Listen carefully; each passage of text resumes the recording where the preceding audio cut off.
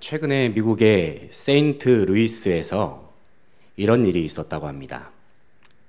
한 흑인 남성이 어느 고급 아파트의 세입자로 살고 있었는데, 그가 사는 아파트는 누가 봐도 이 돈이 많은 사람들이 살 법한 아주 좋은 아파트였습니다.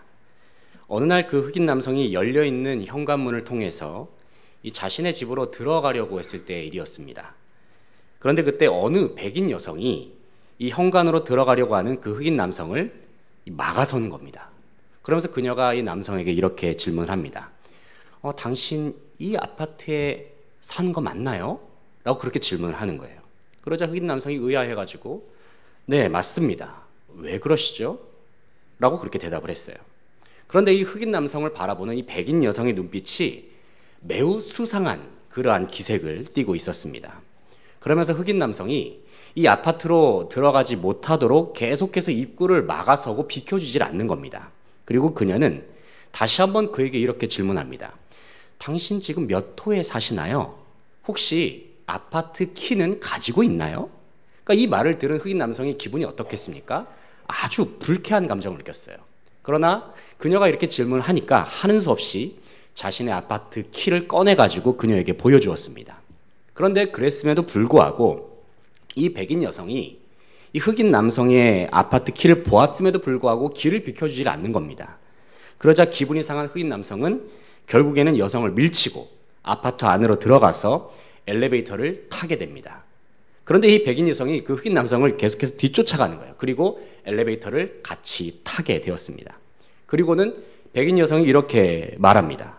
나는 당신이 왜 이 아파트에 사는지 잘 모르겠네요. 라고 그렇게 말을 하는 거예요. 그러자 흑인 남성이 다시 대답합니다. 아니, 내가 정당하게 돈을 지불해가지고 살고 있는 집에 내가 들어간다는데 뭐가 이상한 겁니까? 라고 그렇게 대답을 했습니다.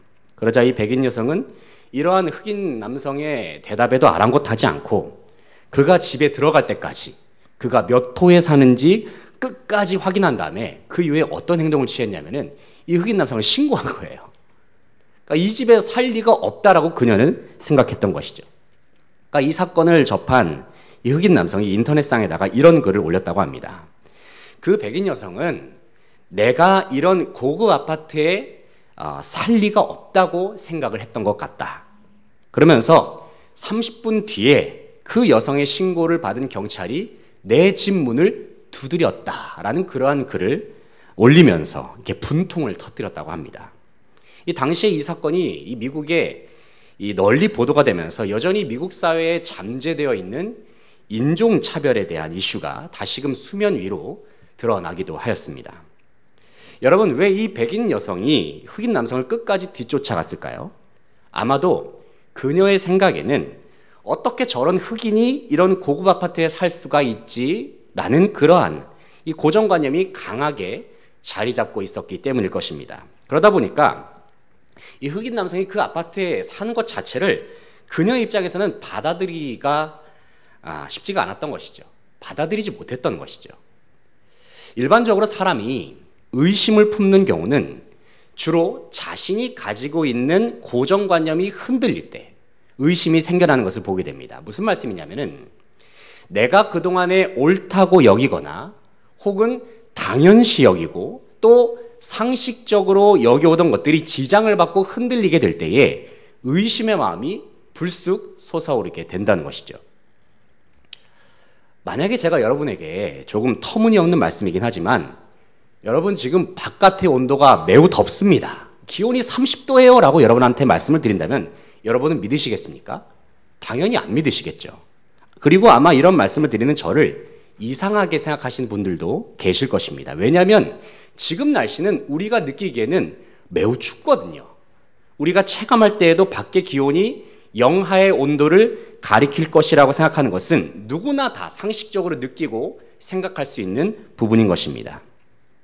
그런데 여러분, 우리에게 주어진 하나님의 말씀인 이 성경에 대해서 잠깐 생각을 해보게 되면 이 성경 말씀이 일반적인 상식을 초월하는 이야기들로 가득 차 있음을 보게 됩니다. 물론 이 성경은 여러 사람들의 이야기를 다루면서 그 속에 나오는 이 수많은 인물들과 관련된 여러 사건들을 통해서 우리 인간들이 살아가고 있는 평범한 일상을 보여주기도 합니다. 하지만 일반적으로 하나님의 말씀인 성경은 우리가 이해하기가 어려운 정말 다양한 초월적인 이야기들이 담겨 있기도 한 것입니다.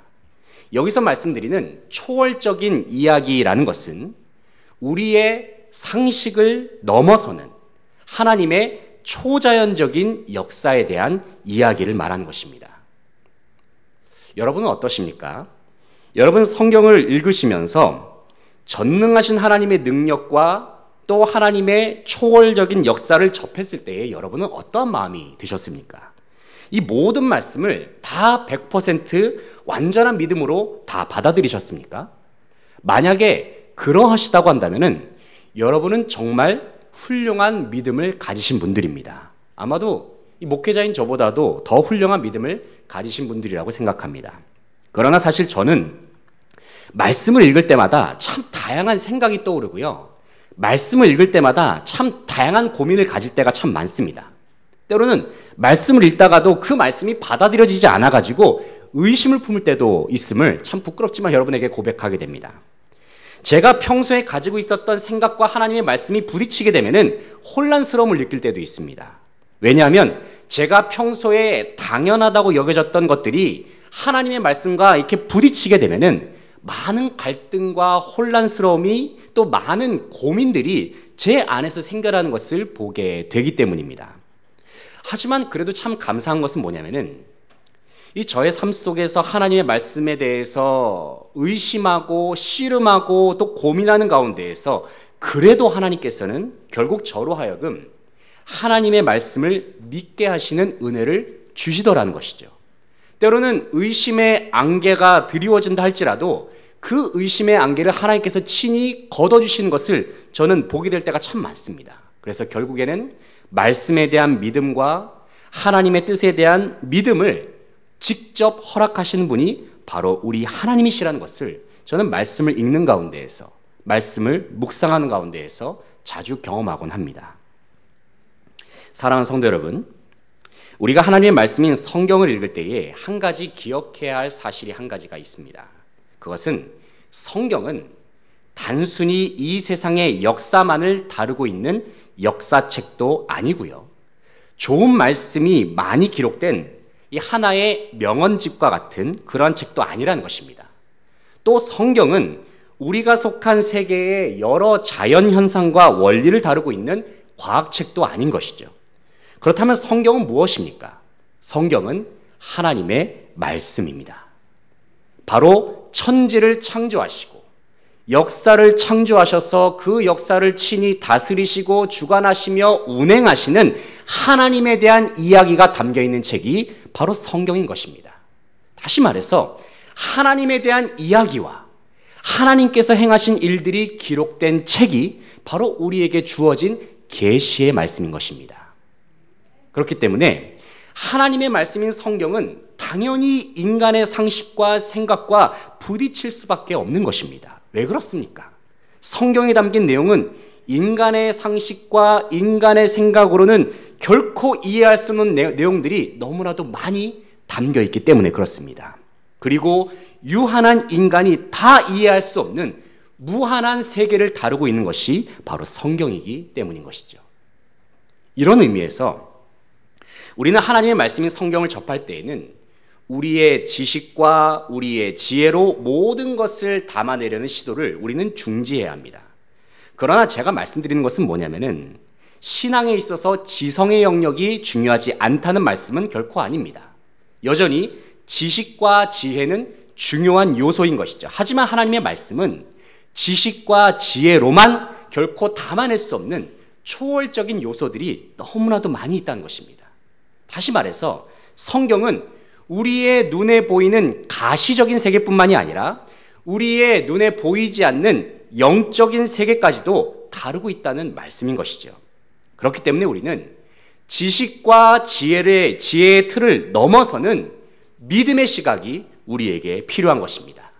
즉 우리가 하나님의 말씀인 성경을 읽고 또 하나님의 말씀을 들을 때에는 믿음의 눈이 있어야만이 말씀이 보이게 되고 이해가 된다는 것이죠.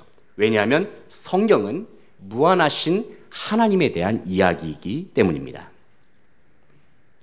최근에 독일 출신의 천재적인 물리학자인 아인슈타인의 이 신의 편지라는 문서가 있다고 합니다. 그런데 이 신의 편지라는 문서가 뉴욕의 어느 경매에서 이제 무려 290만 달러에 낙찰이 됐다고 합니다. 290만 달러. 우리나라 돈으로 환산을 하면은 32억 원입니다. 별로 놀라지 않으시네요. 32억 원인데 32억 원의 편지가 낙찰이 되었다는 거예요. 그런데 이 편지의 내용 중에는 이 아인슈타인이 기독교에 대해서 평소에 어떤 생각을 갖고 있는지에 대한 그 내용이 담겨 있다고 합니다. 이 편지에는 이 아인슈타인이 어느 독일 철학자에게 보낸 부분이 기록이 되어 있는데 그 내용 속에는 하나님과 성경에 대한 아인슈타인의 생각이 담긴 부분이 나옵니다. 이 편지 일부를 소개해드리겠는데 이 편지에 담긴 아인슈타인의 말입니다. 내게 신이란 단어는, 그러니까 하나님이란 단어는 인간의 나약함을 표현한 것이자 그 결과물로 여겨진다. 성경은 경의를 표할 만한 문서이지만 한편으론 매우 원시적인 전설의 모음집일 뿐이다. 이렇게 아인슈타인이 말했어요. 그리고 이어서 아인슈타인이 뭐라고 얘기하냐면은 아무리 하나님의 말씀에 대한, 아무리 성경에 대한 미묘한 해석을 덧붙인다 할지라도 내게 이런 사실은 결코 달라지지 않을 것이다. 이 아인슈타인의 말을 들어보게 되면은 그는 하나님의 존재를 인정하지 않고 있고 또 성경의 이야기는 하나님의 말씀이기보다는 그냥 하나의 전설이나 허구에 불과하다고 그는 단정짓고 있는 듯합니다. 저는 이러한 아인슈타인의 편지 내용을 읽어보면서 이런 생각을 해보게 되었습니다. 아니 그는 어떻게 하다가 이 하나님과 성경에 대한 이런 생각을 갖게 되었을까? 이 아인슈타인은 유태인이거든요. 이 유태인인 사람이 어떻게 하나님의 존재도 모르고 이 하나님의 말씀인 이 성경에 대한 이런 관점을 갖게 되었을까? 한번 생각해 보았습니다. 그가 과학자여서 그런 것일까? 그런데 생각해 보면요, 꼭 그런 것 같지는 않아요. 왜냐하면 이 세상에 뛰어난 과학자들 중에서도 독실한 믿음을 가진 크리스찬들이 많이 있다는 것을 아십니까? 서울대 출신의 유명한 과학자들, 하버드 출신의 유명한 과학자들 중에서도 하나님을 정말 잘 믿는 과학자들이 참 많이 있는 것을 보게 돼요. 그래서 그들의 경우에는 과학을 전공한 사람들 중에서도 오히려 하나님의 존재를 이 과학이란 렌즈를 통해서 더 확실한 믿음의 기초를 쌓아가는 것을 보게 되는 것이죠. 이 과학을 통해서 살아계신 하나님을 발견하게 되는 거예요. 반면에 이 아인슈타인의 경우는 어떨까요? 그는 애초에 신의 존재를 믿지 않는 무신론적인 생각을 갖고 있었습니다. 그저 아인슈타인의 눈에는 그가 과학적으로 관찰한 눈에 보이는 세계가 전부였던 것입니다. 그러다 보니까 보이지 않는 하나님, 그리고 보이지 않는 피 안의 세계를 인식할 수 있는 틀 자체가 그에게 없었던 겁니다. 아니 어쩌면은 그는 그러한 영적인 세계, 보이지 않는 세계에 대해서 애써 부인했을지도 모르겠습니다. 신이 없다라는 생각이 아인슈타인에게 있어서는 고정관념이었던 것입니다. 바로 이것이 아인슈타인의 굳은 신념이기도 했습니다. 다시 말해서 그에게 있어서 과학에 대한 절대적인 믿음은 보이지 않는 하나님에 대한 절대적인 불신이기도 했던 것입니다. 결국 사람이 하나님을 알게 되고 또 하나님의 말씀을 깨닫게 되고 더 나아가서 복음으로 말미암아 변화된 삶을 살게 되는 것은 오직 믿음을 통해서만이 가능케 됨을 보게 됩니다. 오늘 본 말씀은 천사 가브리엘이 마리아에게 찾아와서 예수님의 탄생에 대하여 예고하는 말씀입니다. 일전에 가브리엘 천사는 마리아에게 찾아오기 6달 전에 이 노부부였던 사가랴와 엘리사벳에게 먼저 찾아와서 그들에게 요한이라고 하는 아들이 탄생할 것을 예고하였습니다. 그리고 그 말씀은 그대로 응해가지고 노년의 나이였던 엘리사벳은 임신이 불가능한 나이였음에도 불구하고 그녀는 아기를 갖게 되죠. 그 아기가 누굽니까? 바로 우리가 잘 알고 있는 세례 요한입니다. 이제 하나님께서는 천사 가브리엘을 갈릴리 나사렛이라는 동네에 사는 이 마리아에게 보내셨습니다. 그리고 하나님께서는 천사 가브리엘을 통해서 마리아를 이렇게 축복하고 계십니다. 28절을 보니까 천사 가브리엘이 마리아에게 이렇게 말씀하는 거예요. 은혜를 받은 자여 평안할지어다. 주께서 너와 함께 하시도다. 그런데 이 천사의 모습을 본 마리아의 반응은 어땠냐면은 너무 놀란 거예요. 천사가 자기 눈앞에 있고 또 그러한 천사를 보니까 두려움까지도 느끼게 됩니다. 그런데 한편으로는 천사가 자신에게 갑자기 은혜를 받은 자여 평안할지어다 라고 그렇게 말씀한 것이 좀 궁금하기도 한 거예요. 의아하게 느껴지기도 한 것이죠. 그런데 천사가 이어서 마리아에게 이렇게 말씀을 하고 있습니다. 한번 이 시간 31절부터 33절까지의 말씀을 저랑 같이 한번 읽어보겠습니다. 31절부터 시작. 보라, 내가 잉태하여 아들을 낳으리니 그 이름을 예수라 하라. 그가 큰 자가 되고 지극히 높으신 이의 아들이라 일컬어질 것이요 주 하나님께서 그 조상 다윗의 왕위를 그에게 주시리니 영원히 야곱의 집을 왕으로 다스리실 것이며 그 나라가 무궁하리라. 아멘. 여러분, 이 말씀을 한번 마리아의 입장에서 생각해 보시기 바랍니다. 처녀에게 아기가 생길 것이다. 아무리 하나님의 말씀이라 하더라도 너무 당황스러운 말씀 아닙니까?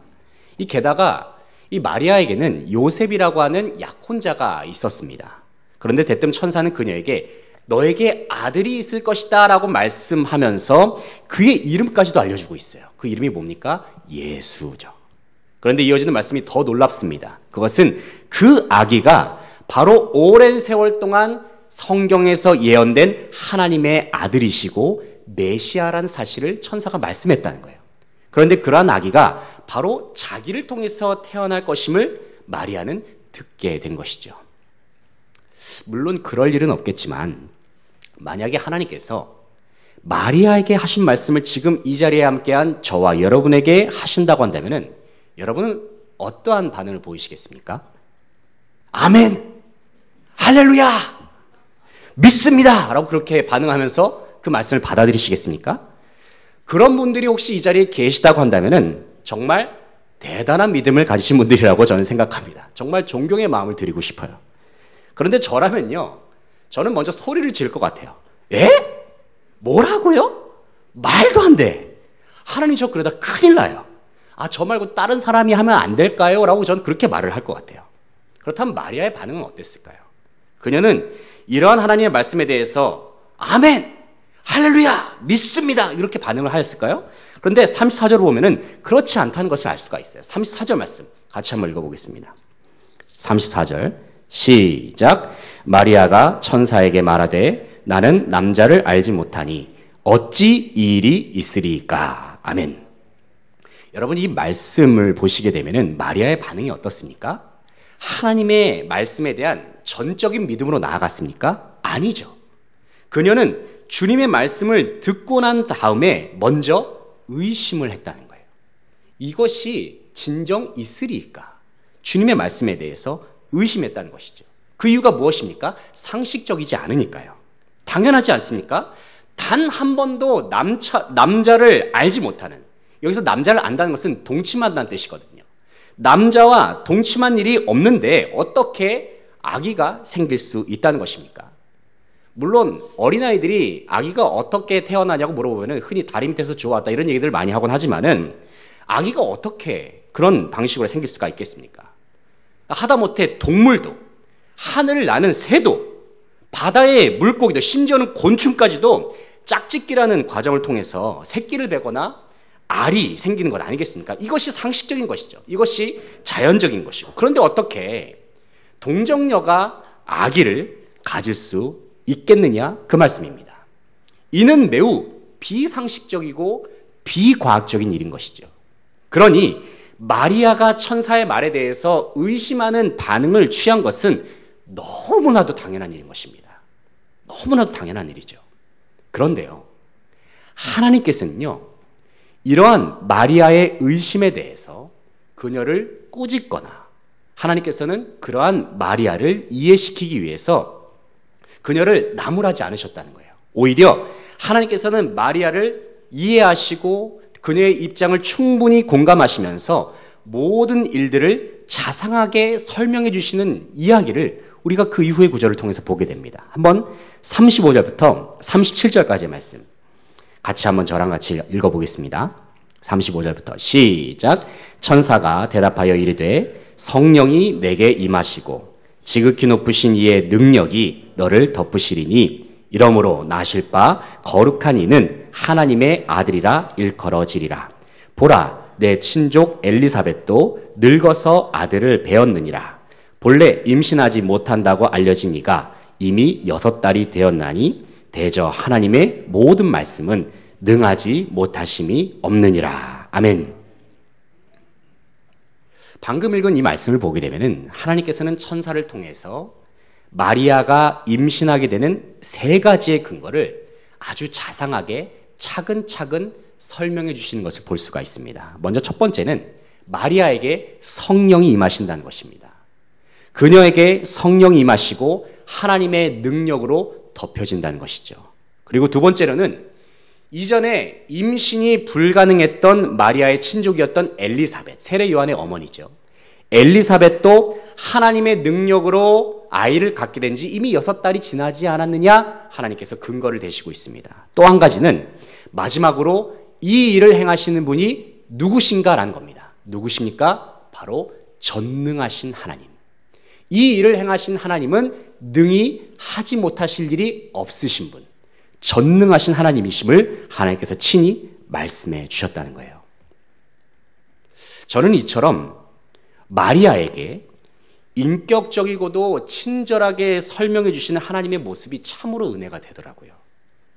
왜냐하면 하나님께서는 우리에게 사명을 맡기실 때에도 그냥 무조건적으로, 그냥 절대적인 순종을 그냥 무지막지하게 강압적으로 강요하시는 분이 아니셨기 때문입니다. 오늘 본 말씀을 통해서 보게 되는 하나님의 모습은 어떤 모습입니까? 참 인격적인 하나님이셨습니다. 어허, 이 마리아 좀 보게. 뭐 이렇게 말이 많니? 도대체 왜 의심하는 거야? 야, 나 하나님이야. 내가 말하잖아. 그냥 시킨 대로 좀 해. 하나님은 결코 이렇게 말씀하시지 않으셨다는 거예요.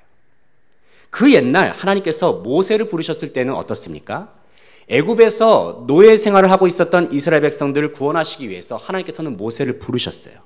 그런데 모세의 반응이 어땠냐면은 이러한 하나님의 부르심 앞에서 계속해서 하나님 앞에서 하나님 저 못합니다.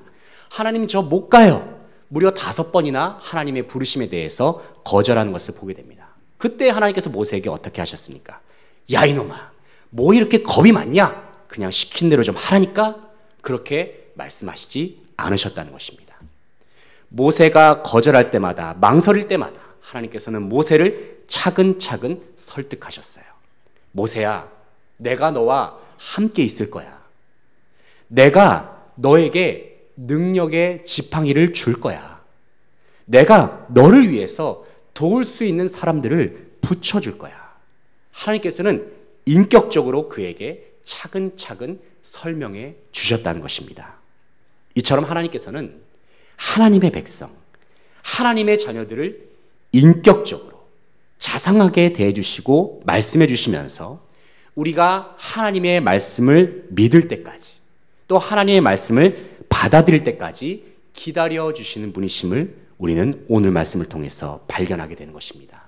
그래서 우리가 품고 있었던 의심을 바꾸셔서 믿음의 자리로 그리고 확신의 자리로 인도해 주시는 분이 바로 우리 하나님이십니다. 자, 그렇다면은 마리아는 이러한 하나님의 말씀과 설득 앞에서 어떠한 응답을 하게 되었을까요? 한번 이 시간 38절 말씀 같이 한번 읽어보겠습니다. 38절입니다. 시작.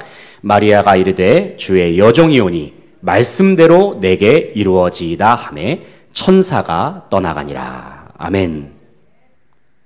이 말씀을 보니까 마리아가 지금 하나님의 말씀 앞에서 놀라운 응답과 믿음의 결심을 하는 것을 보게 됩니다.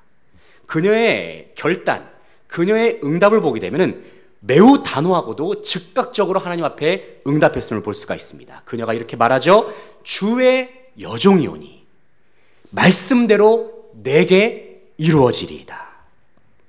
여러분, 마리아가 했던 이 고백은 참으로 대단한 고백인 것입니다. 왜냐하면 이러한 마리아의 결단은 그녀의 입장에서는 많은 위험을 감수해야 할 일이었기 때문입니다.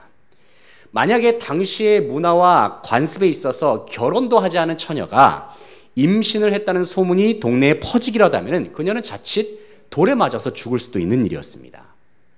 혹 살아남는다 할지라도 그녀는 결혼도 하지 않은 상태에서 아이를 가졌기 때문에 당장 약혼자로부터 파혼을 당할 수도 있었죠. 이후에 결혼도 하지 않은 상태에서 아이를 임신한 여자라는 비난을 계속해서 받으면서 평생을 살아야 할지도 모를 일이었습니다. 그러나 마리아는 이러한 위험의 요소에도 아랑곳하지 않고 그녀는 하나님의 말씀 앞에서 과감한 결단을 하는 것을 보게 됩니다. 왜냐하면 하나님께서 말씀을 통해서 자기에게 주신 그 믿음을 가지고 하나님 앞에 과감한 순종으로 나아갔기 때문인 것입니다. 하나님께서 자기에게 주신 그 말씀을 마리아는 믿었기 때문인 것이죠. 그래서 그녀의 믿음의 결단을 통해서 2000년 전에 온 세상을 구원하신 하나님의 아들 예수 그리스도께서 탄생하신 것입니다. 사랑하는 성도 여러분, 마리아를 통해서 하나님의 놀라운 역사가 일어나게 된 것처럼 저와 여러분의 삶 속에도 하나님의 놀라운 역사와 능력이 충만하기를 간절히 소망합니다. 하나님께서는 오늘도 우리 가운데 함께 하셔서 저와 여러분의 삶 속에 놀라운 일들을 행하시기를 원하십니다. 지금 이 순간에도 하나님께서는 지금 하나님과 동행하면서 위대한 하나님의 일에 함께 동참할 하나님의 사람들을 찾고 계시는 거예요. 그리고 하나님께서는 지금도 우리에게 찾아오셔서 우리에게 사명을 허락하시고 비전을 보여주실 뿐만 아니라 우리를 향한 하나님의 뜻이 무엇인지 지금도 우리에게 찾아오셔서 변함없이 말씀하여 주신다는 것입니다. 그렇다고 한다면 하나님의 부르심에 대한 우리의 응답은 어떠해야 하겠습니까? 하나님의 말씀에 대한 우리의 반응은 무엇이어야 하겠습니까? 바로 마리아와 같은 단호한 순종인 것이죠.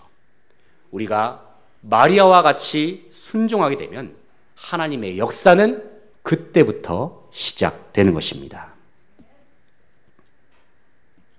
어느 장로님이 이 자신의 신앙 여정을 되돌아보면서 이런 간증을 하신 이야기를 들은 적이 있습니다. 그 간증 내용을 잠깐 소개해드리면은 그 장로님이 젊었을 때는 하나님의 뜻대로 살고 싶다고 이렇게 하나님 앞에 울며 불며 그렇게 간절하게 부르짖으면서 하나님 앞에 기도하셨다고 합니다. 그런데 그때마다 하나님께서 장로님에게 이런 말씀을 하셨다고 합니다. 그러면 먼저 네가 용서하지 못했던 그 사람을 용서하라. 하나님께서 그렇게 말씀하셨다는 거예요. 그때 장로님이 하나님께 뭐라고 말씀하셨냐면은 이렇게 말씀하셨어요. 하나님, 제가 다른 건 다 할 수 있는데 그것만은 못하겠습니다. 하나님, 더 이상 그 문제만큼은 저에게 말씀 안 하셨으면 좋겠습니다. 그것 말고는 어떤 일이든 주님의 말씀에 제가 순종할 수 있습니다. 그렇게 하나님께 기도했다는 거예요. 그런데 문제는 그 이후부터였습니다. 그때부터 하나님께서는 계속해서 그 장로님께 이 용서에 대한 말씀을 끊임없이 말씀하시더라는 겁니다. 그러면서 하나님께서는 장로님의 삶의 가장 깊숙한 곳까지도 아주 집요하게 계속해서 간섭을 하시는 거예요. 결국에 장로님은 하나님께 이 두 손 두 발을 다 들게 되면서 환갑이 넘는 나이가 되어서야 그 사람을 용서하라 말씀하시는 하나님의 말씀에 대해서 겨우 순종하게 되셨다고 합니다. 그런데 그렇게 온전한 순종으로 나아가게 되니까 이후에는 그렇게 막혔던 일들이 본물처럼 술술 풀리더라는 거예요. 하는 일마다 다 대박이 나고요. 이 모든 일들이 다 잘 되는 일들이 이 삶 속에서 일어나더라는 것입니다. 그러면서 장로님이 간증 가운데 이런 말씀을 하십니다. 저는 환갑이 지나서야 용서를 했지만 이제 저는 너무 늙어버렸습니다. 이제 막 일이 시작이 된 것 같은데 시간이 얼마 남지 않았네요. 젊었을 때 빨리 하나님의 말씀에 순종하고 그때부터 하나님의 은혜를 입었더라면 얼마나 좋았을까 하는 후회가 밀려옵니다. 라고 이 장로님이 고백을 했다고 합니다. 이제 말씀을 정리하겠습니다. 사랑하는 성도 여러분, 하나님께서는 오늘도 우리에게 말씀하시고 그리고 우리를 사명의 자리로 초청하고 계십니다. 우리를 부르신 하나님께서는 내가 너와 함께 할 것이다. 그러니 일어나서 나와 함께 가자. 내가 너를 도와주겠다. 내가 감당할 만한 힘을 주겠다라고 말씀하시면서 우리를 격려하시고 위로하시는 하나님이십니다. 우리는 이러한 하나님의 부르심 앞에서 어떠한 응답으로 나아가고 계십니까? 주저하고 계십니까? 아니면 순종으로 응답하고 계십니까? 분명한 사실은 하나님은 우리가 온전한 순종으로 나아올 때까지 우리를 기다리신다는 겁니다. 그리고 온전한 순종으로의 믿음의 결단을 하였을 때에 하나님께서는 그때부터 일하신다고 약속하셨습니다. 바로 순종하는 그 한 사람을 통해서 하나님께서는 놀라운 하나님의 역사를 이루어 가실 것입니다. 바로 마리아에게 그렇게 하셨던 것처럼 말입니다. 사랑하는 성도 여러분, 하나님에게는 바로 여러분이 필요합니다. 그리고 주님의 몸된 수지광성교회 공동체의 여러 곳곳에서는 여러분의 손길이 필요합니다. 주님의 부르심 앞에서 마리아와 같은 순종으로 나아갈 수 있는 저와 여러분 되시기를 간절히 바랍니다. 대림절을 보내면서 우리는 예수님의 성탄과 다시 오실 주님을 기다리고 있습니다. 우리는 어떠한 마음으로 주님을 기다려야 할까요? 바로 마리아와 같은 믿음의 결단의 마음, 순종하는 마음으로 기다릴 수 있는 저와 여러분 되시기를 소망합니다. 우리의 마음이 믿음으로 충만하고 우리의 삶이 하나님의 말씀에 대한 순종으로 가득할 때에 우리는 복된 성탄을 맞이하게 될 것이고 우리의 사랑하는 주님을 충만한 기쁨 가운데 맞이하게 될 줄 믿습니다. 기도하겠습니다.